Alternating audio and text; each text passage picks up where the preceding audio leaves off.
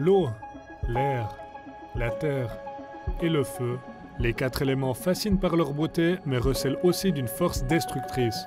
Comment la région se protège-t-elle contre les catastrophes naturelles? La sécurité de la population est-elle garantie, même en temps de pandémie? C'est le thème de notre série cette semaine. Aujourd'hui, l'air nous emmène à Granges. Rien de plus agréable qu'une légère brise, mais quand le vent souffle à en plier les arbres, mieux vaut quitter la forêt au plus vite. Lors d'une tempête en forêt, il est difficile de faire autre chose que de constater les dégâts lorsque c'est fini. On ne peut pas commencer à remettre la forêt en ordre tant que le vent souffle encore fort. On s'exposerait au danger et à la chute de nouveaux arbres. On peut simplement commencer à planifier des mesures. On parcourt le périmètre si c'est encore possible et on met les priorités.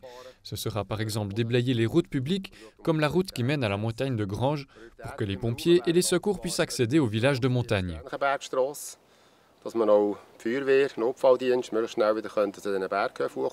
Quand les dégâts sont trop importants, la protection civile vole au secours des forestiers. Les pionniers sont formés pour ça. Ils osent couper des arbres de moins de 20 cm de diamètre. Par contre, ils n'osent pas couper de bois sous tension, ce qui est souvent le cas des arbres tombés lors d'une tempête. Dans ce cas, ce sont les services de la circulation routière qui interviennent. Pour plus ou moins contenir et prévenir les dégâts, les forestiers mettent en place des mesures comme l'exploitation durable de la forêt.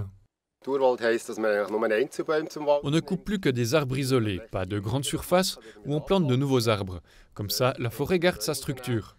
C'est important aussi d'avoir plusieurs essences différentes, comme ça elle est moins vulnérable, parce qu'ici on n'a pas de front de coupe.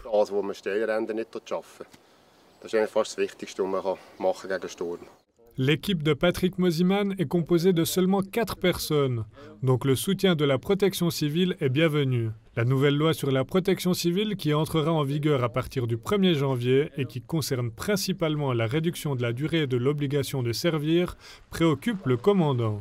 Dans tous les cas, nous sommes prêts à agir, mais avec moins d'hommes. Notre capacité d'action sera plus faible, on ne pourra plus effectuer le même travail dans le même temps qu'avant. Dans notre organisation, mais aussi au niveau cantonal, on va perdre 1/5 de nos hommes, ce qui fait 20%. Les personnes sont de moins en moins nombreuses à la protection civile, alors que l'organisation est fortement sollicitée pour gérer notre environnement ou la pandémie. Mais pourtant, l'engagement est plus grand.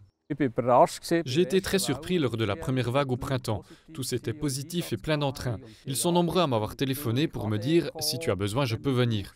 J'ai jamais eu une réaction négative. Demain sera diffusé le dernier épisode de notre série. Nous nous rendrons en ville de Bienne, parce que là aussi, les 4 éléments sont importants.